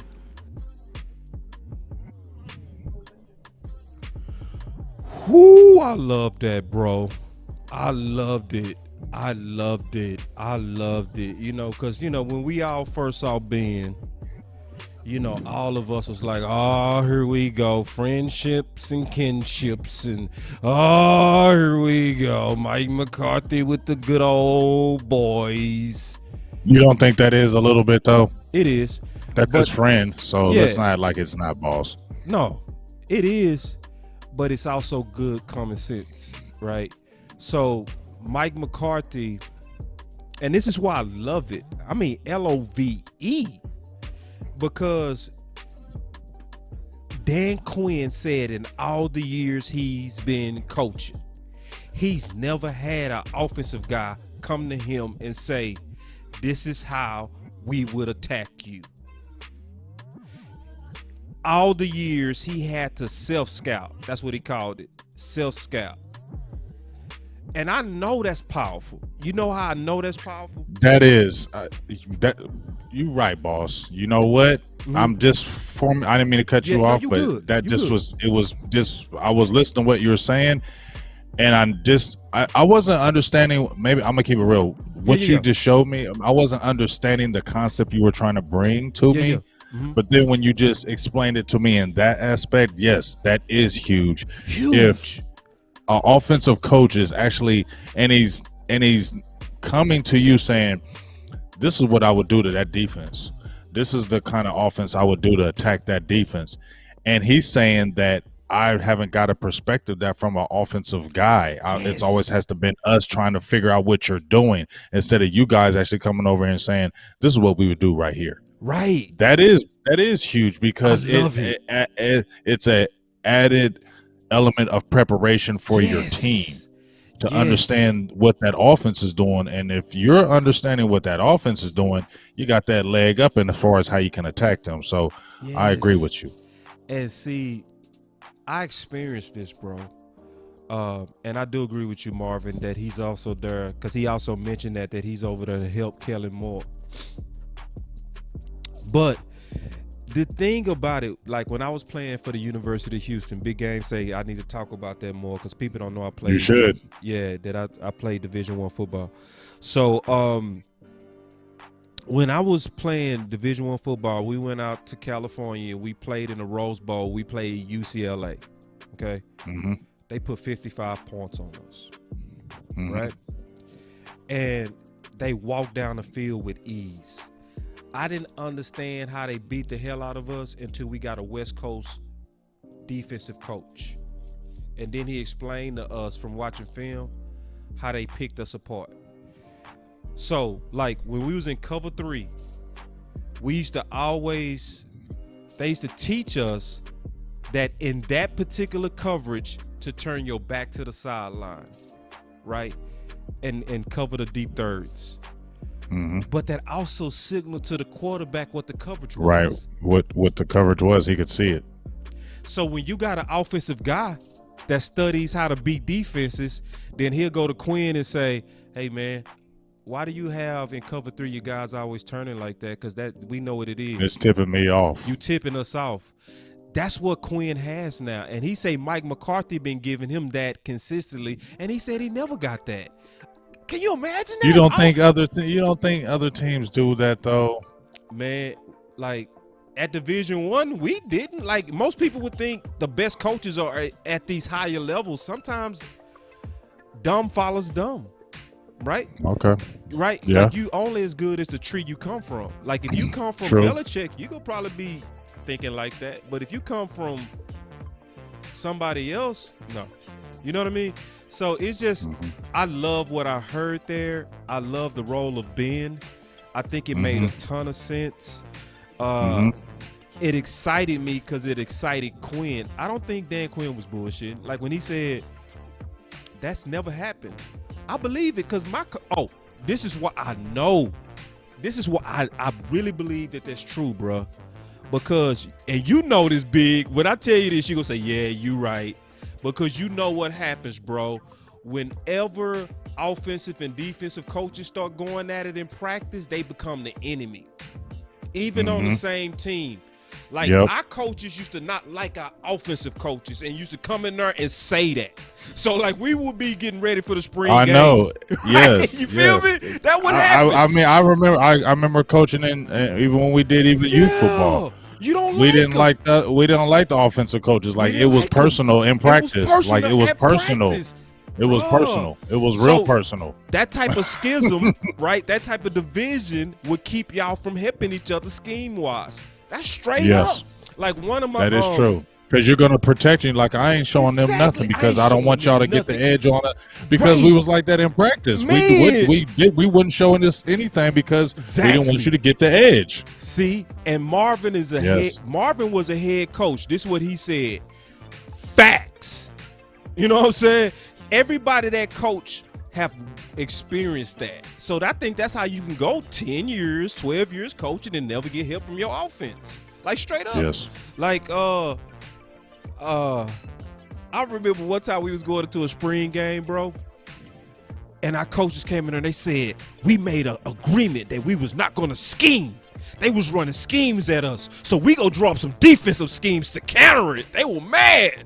We was like, let's go, draw it up. Let's go. Let's get after them. That's how. These are our teammates. Right. Yep. Let's get after them.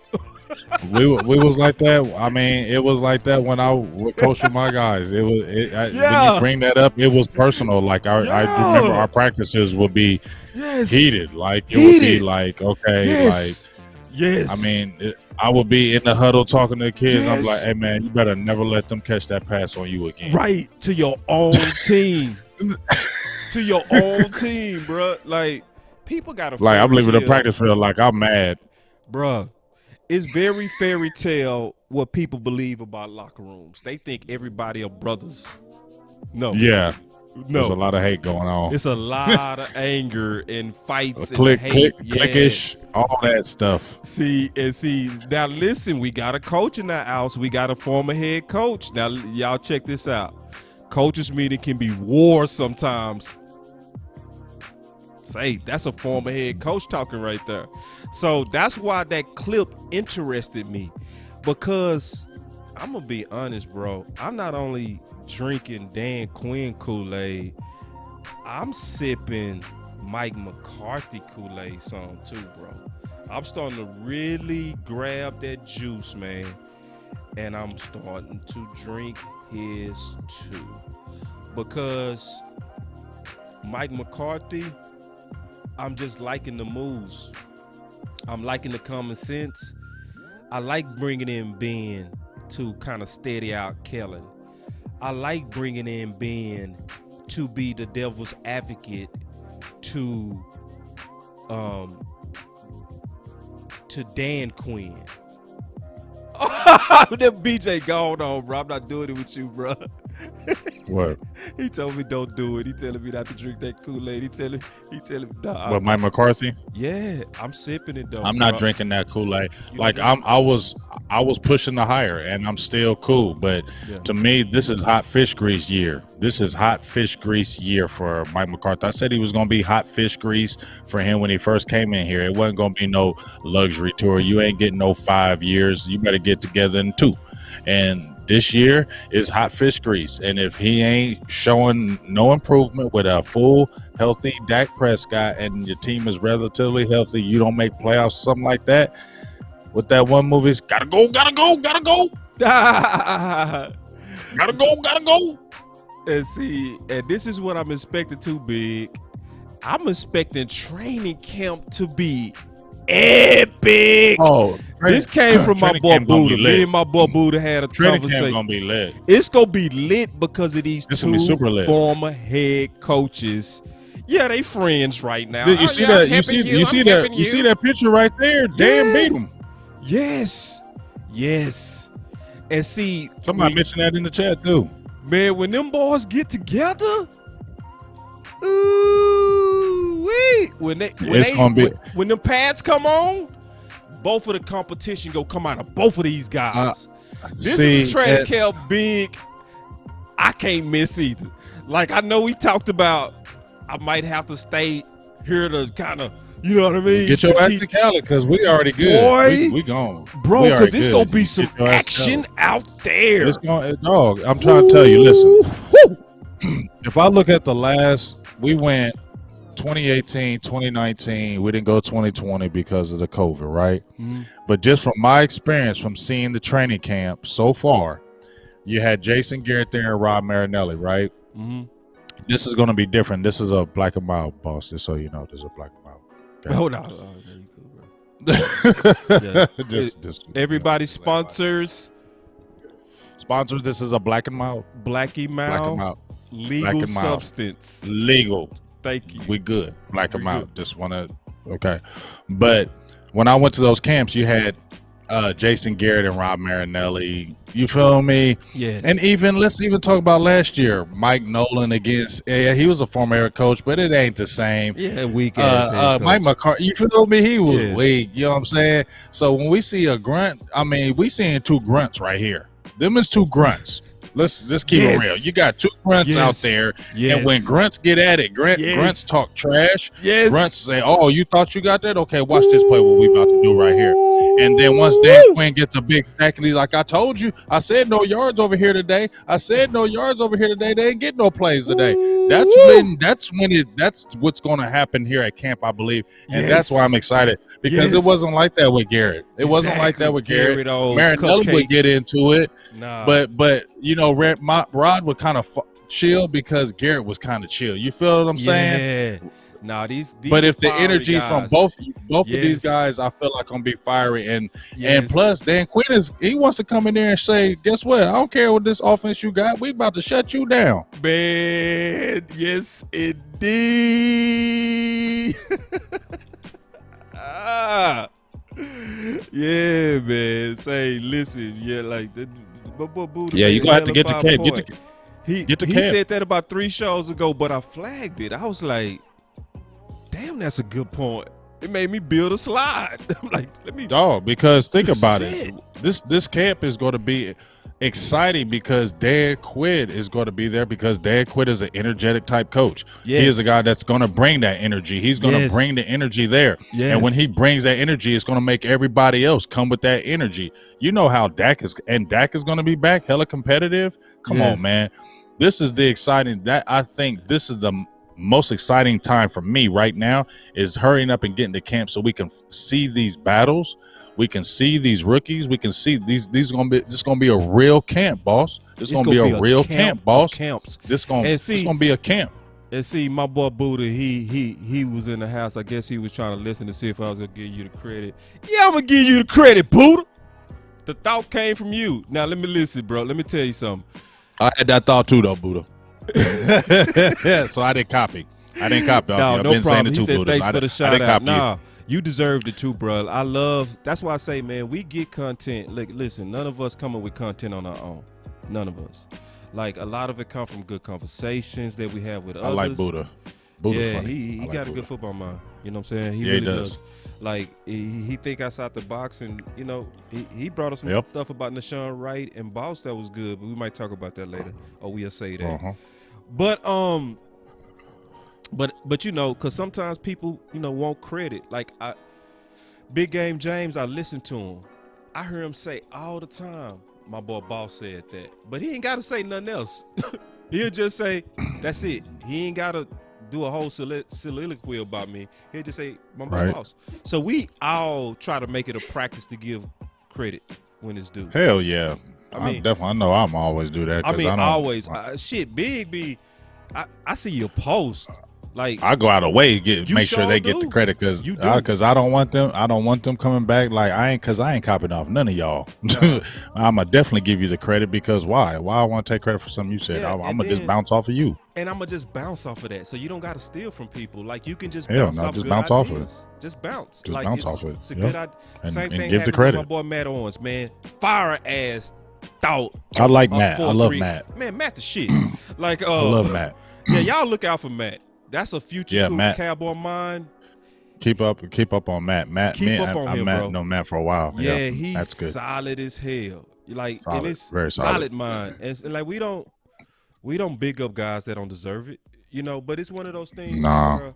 Where, you know, we just want to kind of explain that because that's, you know, in the podcast community, we got to kind of know how that works. It's like, yeah, Mm-hmm. it's like me and my boy West Coast was talking one time, and he said, "Bro, nah, I promise I was gonna keep it a secret, but I say this." I do get content for talking to everybody, bro. If you talk to me on the phone or Facebook or anything and it makes sense, I'm gonna bounce it. Yeah, I mean, I will bounce it too. If you said something to me and I'm like, yeah, that's It makes dope. But I sense. will definitely say on the show, I was That- just I talking got to that blah, from blah, you. blah today. Yeah. And he mentioned this and Yeah. I was feeling it. That's Right. exactly how I'll say it. Like, Yeah. I saw Right. this today from blah, blah, blah. And he was Yeah. killing it. So guess what? I'm seeing that. Yeah, definitely. For Right. sure. Yeah. So it's one of them things where, man, I'm excited about this training camp, bro. I mean, Let me ask you when something. Buddha said that, I was like, hell yeah, it's gonna be a show. Go ahead, bro. What you got? I want to ask you about these this roster. Do you got any people that you would see that might be a surprise cut for you? I like what you said. I heard your surprise cuts. They made sense, logical as hell. I haven't really started kind of breaking down the roster potentials like that yet. Mm-hmm. You know, I'm on the content thing. The content thing I'm on right now is kind of like by position, also knowing my enemy, all that kind of stuff. Looking at my Right. division. Bless you. I might start talking roster talk and cuts after they start practicing. I don't even want to do See, that right now. I didn't want to do that, but it was like, you know what? I'm gonna just jump out there in my head and just say from afar what I would just do. And it's You no get what wrong I'm with saying? Yeah. Because you can't guess none of that until they actually put on pads. You feel Right. me? Because But I you had said I did Armstrong, and then you Darren said Armstrong Jr., Carlos Watkins, Carlos made sense, bro. and then I said Tristan Hill's a fringe. Yeah, and that'll be wild. and I think you got to keep Tristan. Just me. I think you got to keep Tristan too. I know they got hella depth, but I think one more year of Tristan, you need one more year of that. Yeah, let that knee because heal. you need Hill. I think you need Hill this year. You do, man, and and he was starting to come on. You know what I mean? So it was like and injury. We all understand injuries play a big part in this, boss. And those guys that are coming in are rookies. Osa, Chauncey, Bohanna. Those are rookies, and that's a lot to put on some rookies. You feel me? For them to just think they're gonna come right in. My homegirl, Star Game Beauty, even she was talking. It made sense to me when she was talking about. I know everybody's talking about Trevin Diggs, but this is year 2. We still need to see more. It wasn't like he destroyed it his rookie year. We saw him come on, and I still love some Trevin Diggs. Like, it was my pick last year. But she was right. We still need to see more. We're hoping there's a trajectory for him. We're hoping that he's going to be taking that next step, but we don't know. There's a lot of unknowns in that secondary, dog. You feel me? Like, I think somebody in the chat said, was Nahshon Wright going to start over Kelvin Joseph? I mean, we're going to find all that out. Yeah. You feel me? That's why I showed April Shaw was coming, because now the chat is starting to go into that competition between Nahshon and Boss. So I'm going to read April Showers, and then maybe we can talk about that. He said, wonder how Boss Man Fat will handle the competition, or does he think it's automatic for him? He might not handle it well. I think Boss Man know that you got to get that position. I really do. Yeah, I do too. Because if they would have just gave him the starting job, then I could see him having that type of thought. But they didn't. They making him have to beat out Anthony Brown. And I think Boss Man Fat, just from what I've seen from afar, I think he is a very competitive kid, and I don't think he wants somebody just taking his spot. I think he'll take that kind of personal. I don't think he will sit there and sulk or anything like that, because I feel like he's like, nah, I don't care who Nahshon Wright is or this and that. I'm Boss Man Fat. Y'all drafted me in the second round. This is my spot. I feel like Boss would be like that. And you know what? You want your guys to be competitive. You want a Nahshon Wright saying, no, Boss Man, this is my spot. You want a Boss Man saying, no, sorry, this is my spot. They drafted me second round. Y'all can still be boys, but that competitive is what makes you better. We want that competition. Right. They should not run away from it. That's going to make both of them better. Right. I mean, I'm all the way with that, bro. Like, and then, I'm stealing all of Buller's thoughts, but he raised a hell of a point when we talked football the other day. We talked about it 3-4 days ago. He said this, and I said we was going to probably talk about this, which was true, though. You going to feel me when I say this? Owuzie was drafted second round. Jordan Lewis, third round. Who had the better rookie year? Jordan Lewis. Who's the better player out the two? Jordan Lewis. You know what I'm saying? But definitely the better rookie year. We might debate who was better in the last 4 years, but we ain't debating about who had the better rookie year. So to your point, Big, and I agree with you 1,000%, competition, baby. Competition. And I like how Wright coming in here like, man, say, look here. And I had to go back. I want to show you something, Big, if you don't mind. I want to show you something. Go ahead. Because I looked up my write-up on Nahshon, right? Because you're like, damn, did I miss? Right? But actually, I think I hit him dead on. I'm going to show you my write-up on Nahshon, and then, we can talk about that real quick. Here it is. Watch this, bro. This go trip you out. So I did the write-up on Nahshon during that draft period, and this is what it says. Okay. Game speed appears average to slow. Nahshon plays stiff and off balance in press coverage. Attacking the football is his plus and his confidence. Now, what we seeing clearly right now is the B part. The A part is what I saw from his film. That's in the Boss Cowboy guide. So I'm on record. I can't erase it. The book is bought.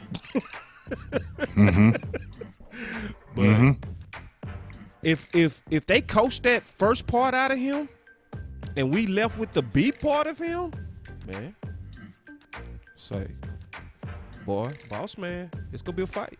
And I love it. I think he's athletic enough. Like I said, he's got a basketball build. For real, I feel like he like me.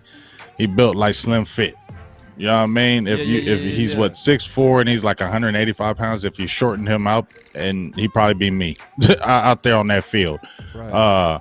But you know what? He has that basketball type of build where he's like long and kind of wiry. So I don't think he's like super stiff. I feel like he's like a 4'4" guy, but sometimes it don't look like it when he's playing. Yeah. You know what I'm saying? Don't look Right. like he's a 4'4" guy when you watch him. He's like And he's it could have 4'4", tricked don't my look like- eyes. Right. It right. really could. But you know what I'm saying? But when I Yeah. seen him though against some fast receivers, they ain't killing him though. Right. You know, like they're not lighting him up. So the biggest thing I love about Nahshon Wright that I've seen about him is it seems like he's a guy that wants to get better at his craft. It looks like he's a guy that not just when he plays, he's going to go home and study. He's going to be in the tape. He's going to try to get better. He's going to study the opponent. What do I need to look at Amari? He got me today, but what I'm going to do?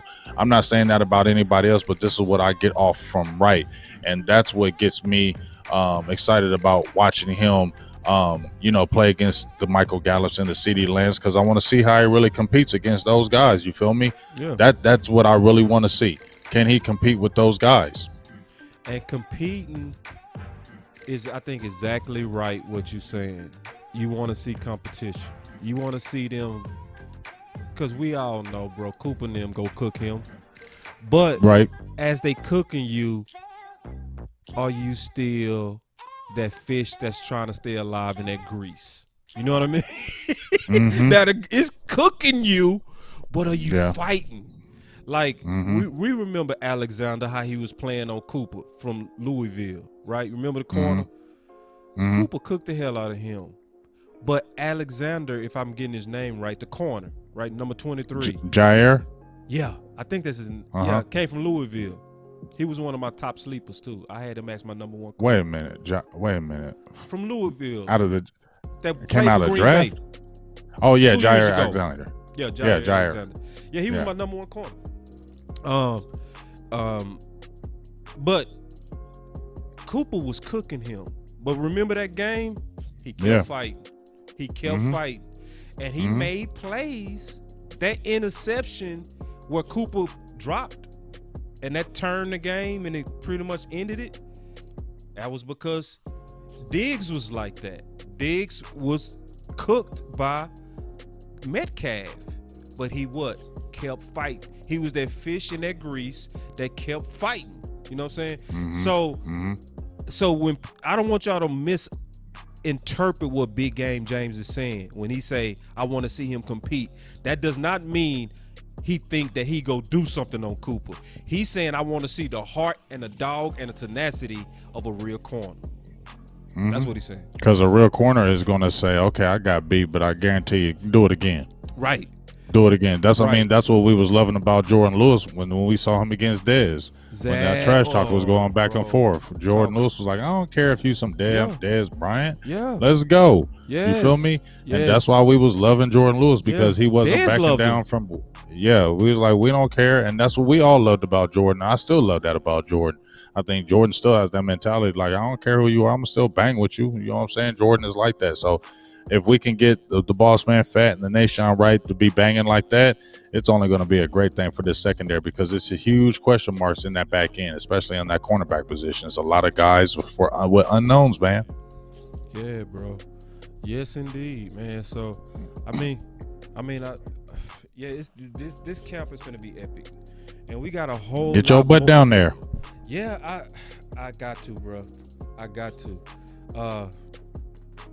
I got to get out there when they hitting though. I want to get in there for the fluff. That's when you need to come down there when I'm down there. Then Yeah, like when we talked about it, yeah, the end of month July, because that last month of July is when they're going to have the blue and white scrimmage, I believe, because that last week then they hit their first preseason game with Pittsburgh. So that's all going to be a full week of hitting, the one-on-ones, the team battles, all that good stuff. So that's why I'm going when the hitting. I ain't going that early stuff when they just moving around. Ain't nobody doing all that stuff. Ain't nobody doing nothing. Ain't nobody. Nope. I want to see the I'm fights. there for. I want drills, fighting, go at it. I want to see the, all of that, because I think it's gonna be epic this year. It is. It's going to be one of the better camps they've had in a while, in my opinion. So, final word. My final word is this. My final word is training camp, man. This is one of the more exciting training camps for me to go to. I just feel like it's a different feel. It's a different vibe. Dan Quinn, to me, has really brought that. And I'm really, really want to see these battles with this offense and defense. I want to see the spirit of what's going to be. I want to see the competition that it's going to be. And I mean, I just really want to see training camp. That's my final word. I'm ready for training camp. I'm really excited about this one. My final word is stay with the final word. Yeah, that's because good too. And I mean this, bro, because a lot of people, football year round. There's a lot of football to get caught up on. You know, we did the draft. We did the mini camp and the OTAs. This is the season where we're going to slow it down and digest it. So if you really, really, really want to be up and prepared for the season, stay tuned in. Keep your notifications on. Make sure you liking and subscribing. Because we touched the surface right now, but we got a lot of football we gonna talk about. A lot. We just talked about corners, but we never talked about the receivers. We never talked about the quarterback. We never talked about the offensive line. We only talked about the head coaches. We didn't talk about the sub coaches. It's months and months of material that's gonna fly by if y'all stay with the final word. And the final word is also getting ready to add the other two members of that super team, bro. So the Fantastic Four. The Fantastic Four is getting ready to jump on this mother. You know what I mean?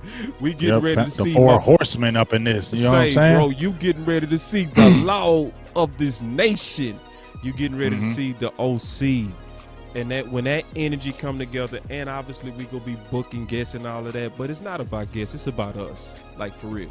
Like obviously we cool with the guests and we appreciate the guests. But man, y'all come to hear us, man. You know what I mean?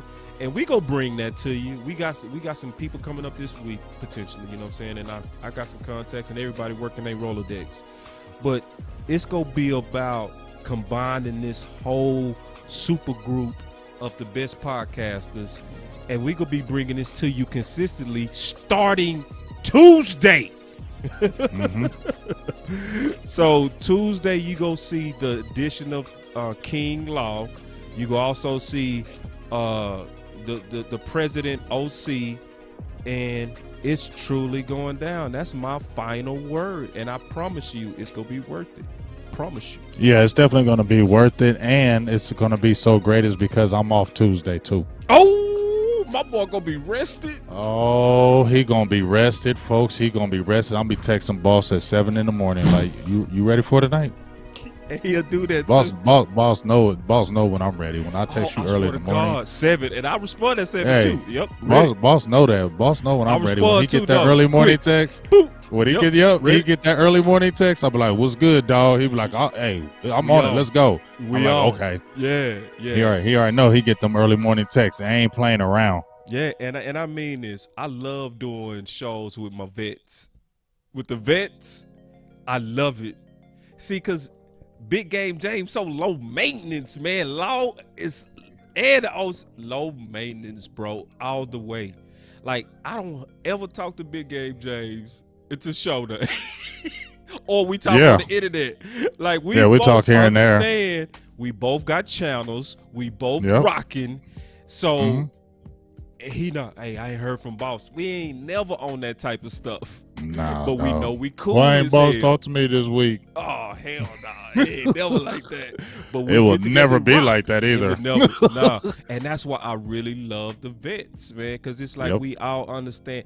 See, just one true last word. The final word. The final word. I saw Vach film, right, on Michael Parsons, and it was 10 minutes.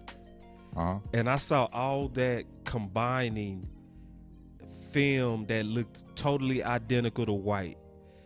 And because I was a seasoned podcaster, I said, bro, this is a 10-minute video that took, I guarantee, 8 hours.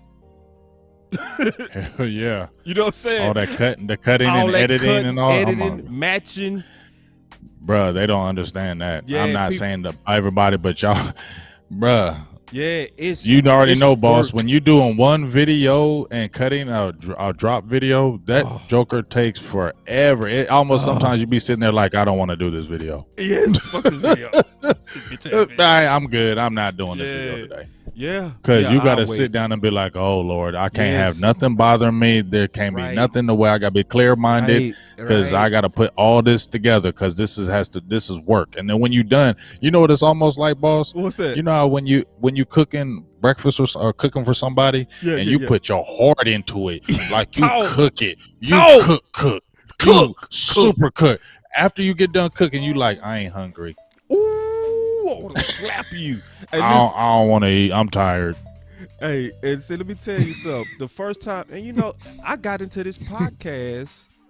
Let me fighter word for real. The final word. Fighter. I got into the podcast business because I was critiquing Okoye, right? And I was not agreeing with something he said. And West Coast jumped in the chat on the same thing me and you talked about. And he said this to me, bro, straight up. He said, I get so sick of people that don't do no film complaining about film. And I said, bro, I did some breakdowns.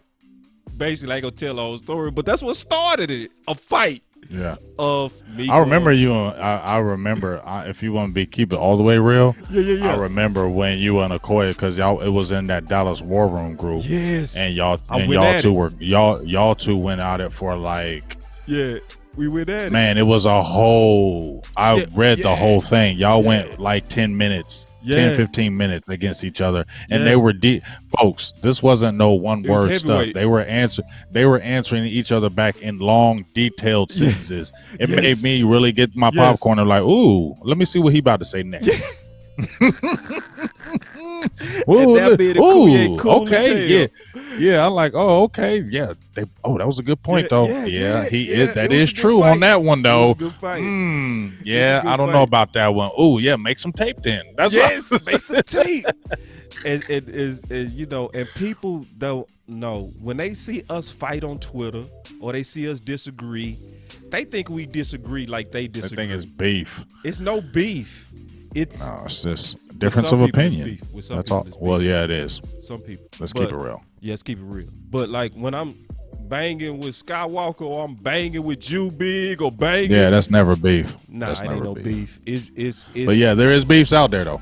Oh, it's beefs. Like, so, I got tried the other day. Like, bro, you serious? You really trying me right now? Boy, I would dunk you. But it's all right. He said slam dunk. Yeah, I mean, you know, stop. Two-hand. Like, come on, bro. Like, but I talked it out with this individual, and we all good, too. So, anyway. Yeah, man, that was the last word, man. Grown man. But, you know, obviously, I was excited to do this show because every time me and Big come together, it's magic. And that's why I can't wait for Tuesday because it's going to be even worse. Tuesday's going to be dope. I'm excited for that as well, boss. I am very excited because we can all of Law and the OC when we together, bro. Like when we sat down at that Waffle House and we did that show at Mike Fisher's bar, bro, people thought that we planned that. No, we didn't. Yeah, it was strictly like not playing on the fly. Let's do this. Nah. But yeah, I'm very excited about Tuesday because I haven't talked to my dog Law in a while. You know what I'm saying? And OC was last time I went live with him was when we went when it was like a couple months ago. So I'm excited to kick it with them. And it's like we haven't got to talk all together Cowboys football. Right. So that's why to me it's going to be a great first show because we haven't been able to talk with each other all about Cowboy stuff. So we're all going to be fresh and tapping each other's minds about what we may just already talked about or the Dan Quinn thing. So it's going to be exciting. So folks, please, just like Boss is saying on the final word. Ain't that so? You know what I'm saying? Please just go ahead and really support this. This is going to be really good once again for the community. We're going to be out there. And just like he said, it ain't got to be all about guests, but we'll still be out there in training camp. We'll still be at games. You get what I'm saying? So you're still going to get that closeness coverage that you're going to want because we want it. So we ain't going to come with the weak stuff because we want it ourselves. So we ain't going to be shortchanging y'all. You feel me? We going to go hard in the paint. So really support this, get out there and support all our channels when we do it. And let's just make this thing great. Sadiq was said, you, BJ, Skywalker Church, OC, Keystone and Law, and BJ would be an awesome show. It's gonna all happen in time. See, the thing in is, time. Just keep everybody's busy though. Yeah, it's like we've been talking about doing this for months. We finally got around to it. This I've took been a long talking time. about doing a show with Keystone since the draft, and we finally got around to it. So, you know, when you get like guys that come together with their own channels, you got to juggle a lot. You know what I mean? And, you know, so, but it's gonna happen. Like the last time we did the 5 show, we gonna do that again. And then Marvin asked what time? 8 o'clock. We gonna do it at 8. We changing it to 8 o'clock. You know what I mean? So yeah. So it'll be Central. 9. It'll be 9 Eastern, 8 Central. Right. Yeah. And then it'll be 5 Pacific. So that's just so you know what's going on. Right. But yeah, That beat is rocking. But that beat is rocking. That I love super that beat. show is coming for sure. Like, cause we've already did it, but we gonna do it again. It's just a matter about everybody getting coordinated, and the stars go align. Cause all of us are cool as hell. Skywalker cool. Yep. Big A. I got a show with Skywalker Wednesday. You know what I'm saying? So That's dope. So it's, you know, and I got another show with Bishop Thursday. You know what I'm saying? I haven't done a show with Vach in a while, but I'm pretty sure we gonna get around to it. It aligns when it's time. That's how it works. You know what I mean? So anyway, man, truly the final word that time, my brother. The final word. Final word. I turned down the music and I'm hitting the Yeah, that's why I know it's the final word. When they turn the lights on, the music go off in the club. Same. That's when they like, hey, I said last call. Right. You know, hey, boss, you know when that light come on and that music go off, Say it's time to go. You finna get kicked out, or they gonna call You the getting laws kicked on out. The law's gonna get you. You. So I hit that button on your ass too.